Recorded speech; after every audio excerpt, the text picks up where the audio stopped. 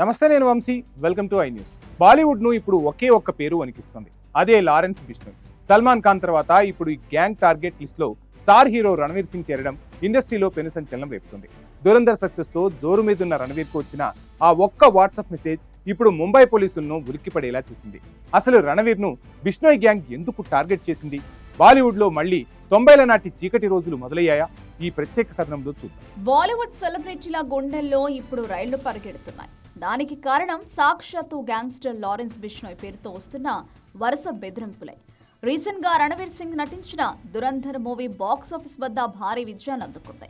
Second part కోసం fans ఈగర్గా wait చేస్తున్న టైంలో మంగళవారం రణవీర్ ఫోన్ కు ఒక షాకింగ్ వాట్సాప్ మెసేజ్ వచ్చింది.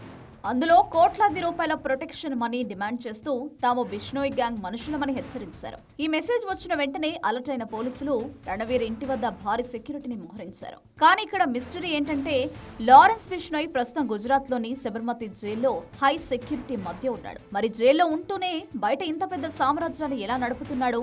సల్మాన్ ఖాన్ ఇంటి వద్ద కాల్పుల దగ్గర మొదలై సిద్ధు మూసేవాలా మర్డర్, బాబా సిద్దికి హత్య, దర్శకుడు రోహిత్ శెట్టి ఇంటి బయట షూటింగ్ వరకు ప్రతి క్రైమ్ వెనుక ఈ గ్యాంగ్ పేరు వినిపిస్తూనే ఉంది.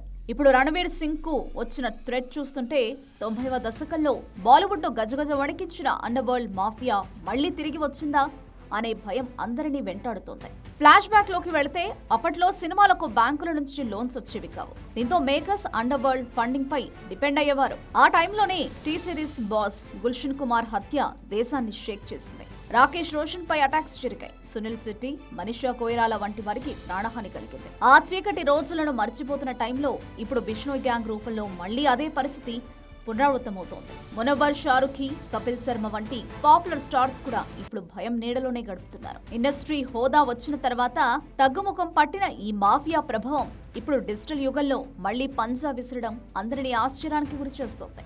బాలీవుడ్ స్టార్స్ ఇప్పుడు సినిమా హిట్ అయినందుకు సంతోషించాలో లేక ఇలాంటి బెదిరింపులు వస్తాయని భయపడాలో అర్థం కాని స్థితిలో ఉన్నారు.